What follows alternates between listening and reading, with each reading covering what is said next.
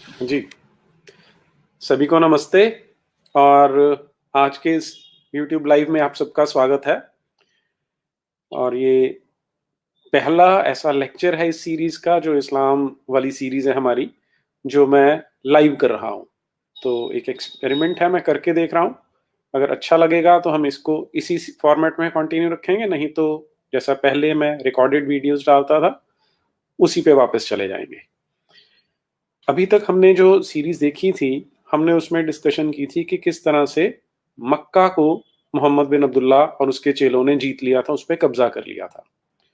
और आज मैं वहीं से आगे कंटिन्यू करने वाला हूँ कि जब इन्होंने मक्का पे कब्ज़ा कर लिया, काबा इनके कब्ज़े में आ गया, वहाँ पर जितनी मूर्तियाँ थी, लग 360 मूर्तियाँ थी अलग-अलग देवी-देवताओं की, उन्हें तोड़ दिया गया था। अब ये एक बहुत ही महत्वपूर्ण, बहुत ही इम्पोर्टेंट इंसिडेंट था इस्लाम के लिए, क्योंकि ये होने के बाद अब क्योंकि जो मक्का था और जो काबा मंदिर था, वो वहाँ का कल्चरल सेंटर था, क्योंकि पूरे अरेबिया से लोग वहाँ पर आया करते थे हज करने के लिए, उम्रा करने के लिए। तो अब मोहम्मद बिन अब्दुल्ला की जो अथॉरिटी थी, वो काफ़ी ज़्यादा बढ़ गई थी और लोगों में और ख़ास तौर से अरेबिया में उसका एक तरह से दबदबा बन गया था। अब इसके बाद क्या होता है, वो आज हम डिस्कस करते हैं उसके बारे में। अम, इसके लिए मैं आपके साथ शेयर करता हूँ। जी, मैं आपके साथ जो रेफ़रेंस यहाँ शेयर कर रहा हूँ, ये है सैफुर रहमान मुबारकपुरी की किताब अर्रहीक अर मख्तूम, जिसे अंग्रेज़ी में द सील्ड नेक्टर कहा जाता है, जो मोहम्मद बिन अब्दुल्ला की बायोग्राफ़ी है। इसका पेज नंबर 268 है। अब ये बता रहे हैं कि जब ये मक्का फ़तेह करने के बाद वापस चलता है, मदीना के लिए चलते हैं, तो फिर उसके बाद ये अलग-अलग जो आस-पास के कबीले थे, उन्हें कन्वर्ट करने के लिए प्लस उनसे ज़कात और जिज़िया दोनों तरह के टैक्स वसूलने के लिए अपने लोगों को भेजना स्टार्ट करते हैं। तो यहाँ आपके सामने आपको एक लिस्ट दिखाई दे रही है जिसमें 16 अलग-अलग नाम लिखे हुए हैं और उनके सामने कबीलों का नाम लिखा है।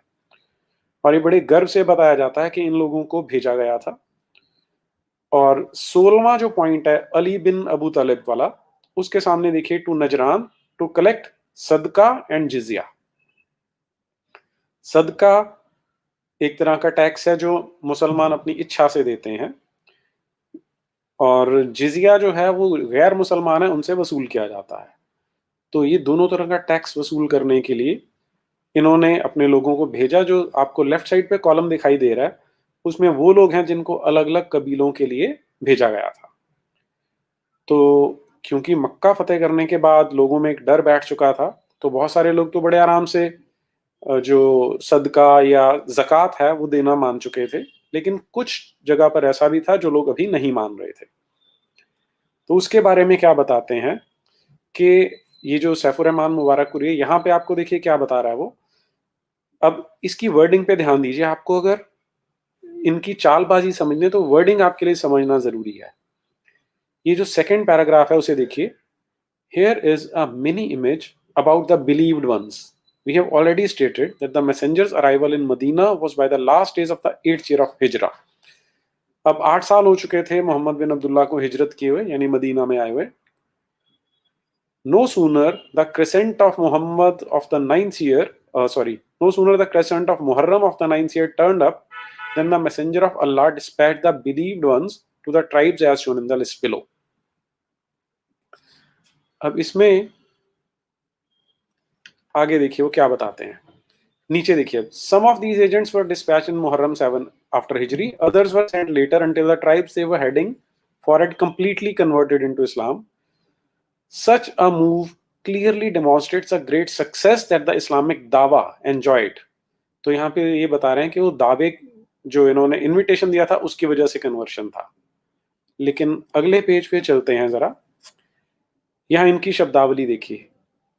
In the same way that the believed ones were dispatched to the tribes, we understand that dispatching some more platoons to all regions of Arabia is a necessity for the prevalence and domination of security on all lands of Arabia. अब शब्द देखिए कैसे कैसे use करें, necessity for prevalence and domination of security. ये नहीं बता रहे कि उनसे टैक्स वसूल करने के लिए लोगों को भेजा गया ताकि उनसे वसूली की जा सके। फिर जो पहला ही प्लाटून है उसके बारे में क्या बता रहे हैं, यहां बनु तमीम नाम का एक कबीला था, उन्होंने टैक्स देने से मना कर दिया। तो उसके बाद अब ये लास्ट पैराग्राफ में देखिए, therefore Uyaynah bin Hisn sent out to fight them, all the way long he marched by night and lurked by day, कि छुप छुपा के हमला करने पहुंच रहे थे। He went on that way till he overtook them and attacked them in the desert. They fled back for their lives, 11 men, 21 women and 30 boys, यानी 11 मर्द, 21 महिलाएं और 30 बच्चों पे इन्होंने कब्जा कर लिया और फिर उन्हें पकड़ के मदीना में ले आते हैं। अब यहाँ हमारे लिए जो चीज समझनी है हमें, वो है कि हमें जो पिक्चर प्रेजेंट की जाती है मोहम्मद बिन अब्दुल्ला के बारे में, वो पिक्चर क्या होती है कि बहुत ही दयावान व्यक्ति थे, और हमारे लोग तो सोचते भी ऐसा ही है कि कोई संत महात्मा रहे होंगे, लेकिन ये आपको क्लियरली बताता है कि पैसे वसूल करने के लिए नाम जो मर्जी दे लें आप, उसको ज़कात कह लें या जिजिया कह लें, लेकिन पैसे वसूल करने के लिए लोगों को भेजा जा रहा था। और जो लोग नहीं देना चाहते थे उनके साथ क्या हो रहा है कि उनको, उनके बच्चों को, उनकी पत्नियों को पकड़ के कैद करके मदीना में उठा के ले आते हैं। जब इसके बाद बनु तमीम वाले, जब उन्हें पता लगता है कि ऐसे हमारे बच्चों को और महिलाओं को उठा कर ले गए हैं, तो वो अपने कुछ लोगों को भेजते हैं इनके पास, और वो भेजने का उनका ऑब्जेक्टिव है कि हम इनको वापस छुड़ा के लाएं, क्योंकि इनका आइडिया ये था कि अगर हम इनको कुछ पैसे दे देंगे तो हमारे लोग छूट जाएंगे, हम टैक्स देने के लिए मान जाएंगे, तो ये जो हमारी पत्नी और बच्चे इनको छोड़ दिया जाएगा। अब इसे आगे कंटिन्यू करने से पहले मैं चाहता हूं कि आप ये एक छोटा सा वीडियो 1 मिनट का वो जरूर देखें। जो लोग अभी छोटी आयु के हैं, जो यंगस्टर्स हैं, उन्हें तो शायद नहीं पता होगा कि हमारे देश में एक मूवी आई थी, माई नेम इज खान, और ये मेरा मानना है कि पिछले 20-25 सालों में जो बेस्ट प्रोपेगेंडा मूवी रही आज तक की वो है। आप इसमें एक एक चीज पे ध्यान दीजिएगा, लगभग 1 मिनट का वीडियो है, देखिए जरा इसे।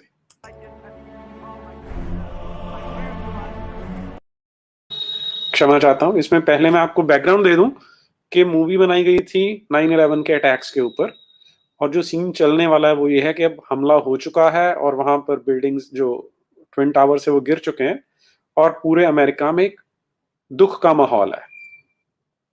इस मूवी की खासियत क्या थी, इसमें सारे ट्रिक यूज किए गए हैं जो अप्लाइड साइकोलॉजी में यूज किए जाते हैं। कि सबसे पहला काम क्या किया गया कि जो मेन कैरेक्टर है जो शाहरुख खान ने निभाया था, उसे थोड़ा सा एबनॉर्मल या मेंटली चैलेंज व्यक्ति दिखाया है।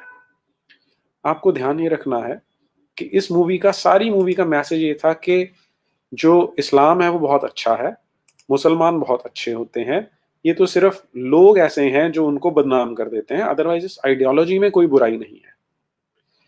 अब इसमें हमें समझना जरूरी है कि मुसलमान अच्छा भी हो सकता है और बुरा भी हो सकता है, लेकिन इस मूवी ने पूरी की पूरी आइडियोलॉजी को किस तरह से वाइट वॉश किया है वो आपको समझना है यहाँ पर। तो ये जो सीन है, इसमें कुरान को, इस्लाम को बहुत अच्छे एक बड़ा सैनिटाइज करके पेश किया गया, उसका आप जरा चालबाजी इसमें ध्यान से देखिए। तो यहाँ पर इस मूवी ने ये एस्टेब्लिश किया कि जो ज़कात का पैसा है वो चैरिटी में, वो दान में दिया जाता है। अभी आधा सच है और आधा झूठ है, क्योंकि जो ज़कात का पैसा है वो कभी भी गैर मुसलमान के फायदे के लिए नहीं दिया जा सकता, ये शरिया कानून है, इस्लाम का कानून है। लेकिन यहाँ मूवी में ऐसे दिखाया गया है कि मानिए कि इस्लाम इतना अच्छा रिलीजन है कि वहां पर तो सबके लिए चैरिटी करना एक फर्ज किया गया है। 2 बार वो बोलता है कि फर्ज रखा गया उसमें। तो और आपने नोटिस किया होगा शुरू में कुरान दिखाई जाती है, क्योंकि पूरी की पूरी मूवी बड़े सटल मैसेजेस से काम करती है। जो मैं आपसे दूसरी चीज शेयर कर रहा था कि कभी भी जब आप किसी को चैलेंज दिखाते हैं, वो फिज़िकली चैलेंज्ड हो या मेंटली चैलेंज्ड हो, तो ह्यूमन माइंड की ट्यूनिंग ऐसी है कि हम उसके साथ सहानुभूति करते हैं। तो जब आप सहानुभूति कर रहे होते हैं, तब आप ना तो घृणा कर सकते हैं, क्योंकि साइकोलॉजी में बहुत सारे एक्सपेरिमेंट्स किए गए हैं।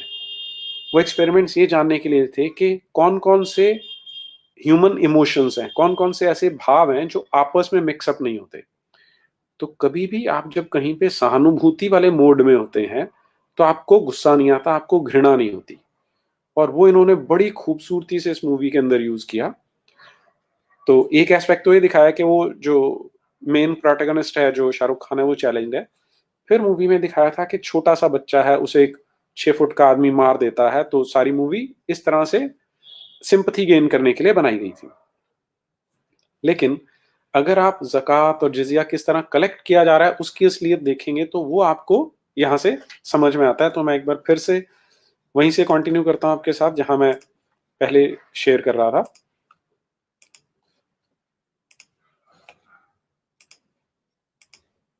हुँ, तो यहाँ पर ये जो सैफुर रहमान मुबारकपुरी है, वो ये बता रहा है कि वहाँ पर जब इन्होंने पकड़ के ले आए उन बच्चों को और महिलाओं को, क्योंकि उन्होंने जिज़िया देने से मना कर दिया था, तो वो लोग अपनी टीम बना के जाते हैं। 10 लोग आते हैं वहाँ पर और वो मोहम्मद के घर के बाहर पहुँचते हैं। उस समय मोहम्मद बिन अब्दुल्ला अपनी एक पत्नी के कमरे में है, तो ये लोग आते हैं और यहाँ आप लास्ट में देखिए ज़रा, वो कहते हैं, "O Muhammad, come out and face us." ओ मोहम्मद, बाहर आ और हमारा सामना कर। तो रूडली बोलते हैं थोड़ा-सा। उसके बाद जो मोहम्मद बिन अब्दुल्ला है, जो पैगंबर है सल्लल्लाहु अलैहि वसल्लम, वो बाहर आते हैं और उनसे बात करते हैं थोड़ी-सी, और फिर वो मस्जिद में चले जाते हैं, क्योंकि उनकी नमाज़ का समय है। तो यहाँ आपको ध्यान ये रखना है कि जो लोग आए हैं, इनके बच्चे और इनकी पत्नियाँ जब ये मदीना में एंटर करते हैं, तो वहाँ देखते हैं कि सड़ गलियों के किनारे उन्हें बाँध के रखा हुआ है। और जो उन्हें उठाने वालों का लीडर है, वो मस्जिद में नमाज़ करने के लिए जा रहा है, उनसे बात पूरी नहीं करता है। तो उसके बाद नमाज़ पूरी करने के सलात पूरी करने के बाद उन्हें बुलाया जाता है मस्जिद के पेटियों में। वहाँ पर वो कहते हैं कि तुम हमसे मुकाबला करके देख लो, क्योंकि उन दिनों में वहाँ पर एक सिस्टम ये होता था कि लोग अपनी बढ़ाई करते थे, या कविताएँ बोली जाती थी, पोएट्री की जाती थी, उसका कॉम्पिटिशन होता था। तो बनु तमीम वालों के पोएट बोलता है, और इधर से मोहम्मद बिन अब्दुल्ला अपने एक आदमी को बिठाता है, हसन को। तो दोनों में पोएट्री का कॉम्पिटिशन होता है। अब यहाँ जो सैफुर रहमान मुबारकपुरी है, वो क्या बता रहा है कि उन्होंने कहा कि इनका जो कवि है वो हमसे ज़्यादा अच्छा है, उसकी पोएट्री हमसे ज़्यादा अच्छी है, और ये बात सुनने के बाद या मानने के बाद उन्होंने इस्लाम को कबूल कर लिया। और फिर जो रसूलुल्लाह थे, जो पैगंबर साहब थे, उन्होंने उनकी पत्नियां और बच्चे रिहा कर दिए, छोड़ दिए। अब यहाँ पर वास्तविकता क्या है कि ये उठा के तो ले गए थे उनको। फिर जब वो पोइट्री चल रही थी, जो कंपटीशन चल रहा है पोइट्री वाला, उसमें जो हसन नाम का कवि है, वो अपनी लास्ट जो 4 लाइनें बोलता है, वो क्या है? अब ये है विलियम मुइर वाली बायोग्राफी, उसमें से मैं आपके साथ शेयर कर रहा हूँ, लाइफ ऑफ मोहम्मद में से। बीच में देखिए आपको 4 लाइनें दिखेंगी। Children of Darim, strive not with us, your boasting will turn to your shame. कि हमारे साथ पंगा मत लो, नहीं तो तुम्हारा जो गर्व है, तुम्हारा जो घमंड है, वो शर्म में बदल जाएगा। तुम हमसे शान में बराबरी करने की कोशिश कर रहे हो, तुम तो सिर्फ हमारे नौकर या दाइयां हुआ करते थे। तीसरी लाइन देखिए कि तुम यहाँ पर अपनी जान और अपनी प्रॉपर्टी, अब क्योंकि ये बच्चों को और महिलाओं को भी प्रॉपर्टी में ही गिना जाता है, तो तुम उन्हें छुड़ाने लाए हो ताकि हम उनको आपस में बांट ना लें। तो इसलिए ये मान जाओ कि कोई और पूजने लायक नहीं है, केवल अल्लाह को पूजा जाएगा। अपने काफिरों वाले तरीके छोड़ दो और इस्लाम को अपना लो। तो ये वो कविता है, मतलब कविता है या धमकी है, आप अपने आप उसको समझ सकते हैं, जिसे सुनने के बाद वो लोग जिनकी महिलाएं और जिनके बच्चे इनके कब्जे में थे, वो इस्लाम को अपना लेते हैं। और अपनाने के बाद जो महिलाएँ हैं और बच्चे उनको छोड़ दिया जाता है। लेकिन हमारे जो मोहम्मद बिन अब्दुल्ला जी हैं, उन्हें याद रहता है कि जब शुरू में आए थे तो मेरे साथ किस तरह रफ़ली बात कर रहे थे, र्यूड बात कर रहे थे, बड़े असभ्य लहजे में बात कर रहे थे। तो अब क्या होता है, जो कुरान का गॉड है अल्लाह मियाँ नाम का, वो अपनी नई आयतें भेजते हैं। वो आयतें भी बड़ी इंटरेस्टिंग हैं, जो 49वीं सूरा है, उसकी स्टार्टिंग में ये आयतें दी हुई हैं। ए ईमानदारों, अल्लाह और उसके रसूल के सामने किसी बात में आगे ना बढ़ जाया करो और अल्लाह से डरते रहो, बेशक अल्लाह बड़ा सुनने वाला वाकिफकार है।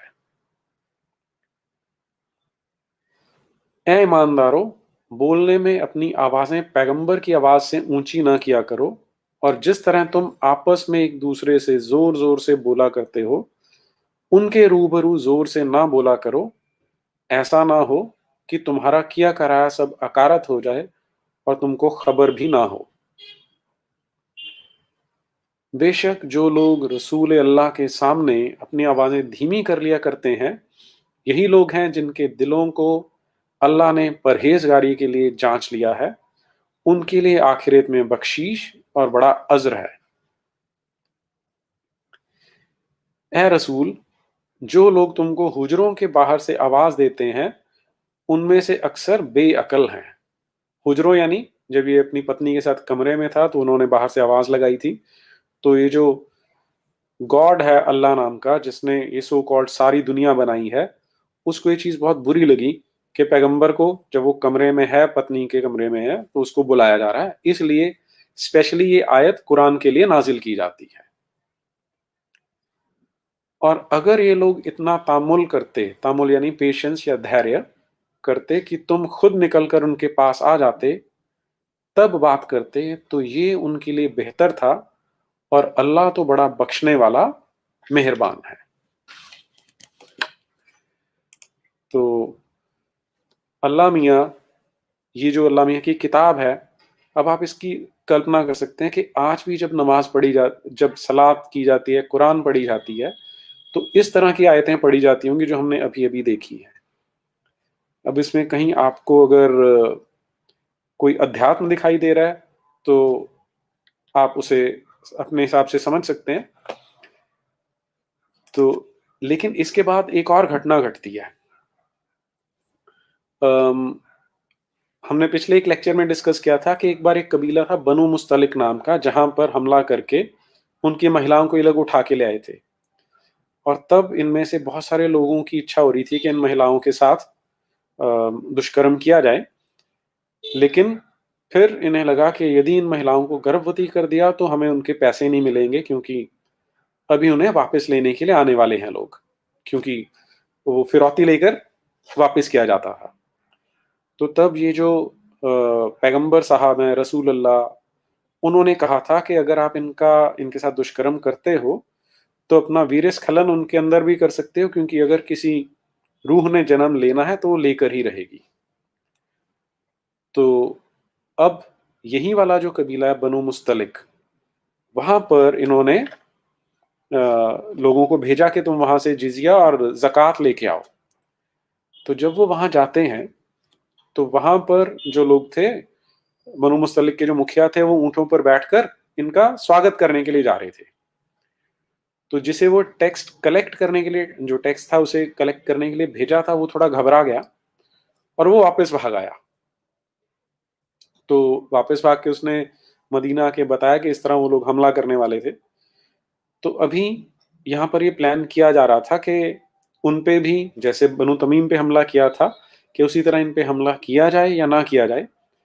लेकिन इतने में वो लोग अपने आप ही पहुंच गए और उन्होंने आकर कहा कि हम तो सिर्फ इनका स्वागत करने वाले थे, लेकिन ये घबरा गए हमसे। तो सारा कुछ आराम से सेटल हो गया। तो ये बात जब पता चलती है तो इसके बारे में भी फिर एक नई आयत नाजिल होती है, वो भी आपको कुरान में देखने मिलती है। इसी चैप्टर की, जो चैप्टर नंबर 49 है, जो 49वीं सूरा है, उसी की जो छठी आयत है, वो इसी से रिलेटेड है। तो वो भी एक बार हम देख लेते हैं। ए ईमानदारों, अगर कोई बद किरदार तुम्हारे पास कोई खबर लेकर आए तो खूब तहकीक कर लिया करो। ऐसा ना हो कि तुम किसी कौम को नादानी से नुकसान पहुंचाओ, फिर अपने किए पर नादिम हो। तो इस तरह से ये जो टैक्स कलेक्शन है उसका सिस्टम स्टार्ट हुआ, और इसके बाद मोहम्मद बिन अब्दुल्ला का जो शासन था वो लगभग पूरे अरेबिया में एस्टैब्लिश हो गया था। मुझे आपसे इतना ही शेयर करना था आज के इस वीडियो में, क्योंकि बहुत लंबे वीडियो बन जाते हैं, तो मैं ट्राई कर रहा हूं कि हम उनको कर्टेल कर सकें। अगर आपके कोई क्वेश्चंस हैं तो आप उसे पूछ सकते हैं।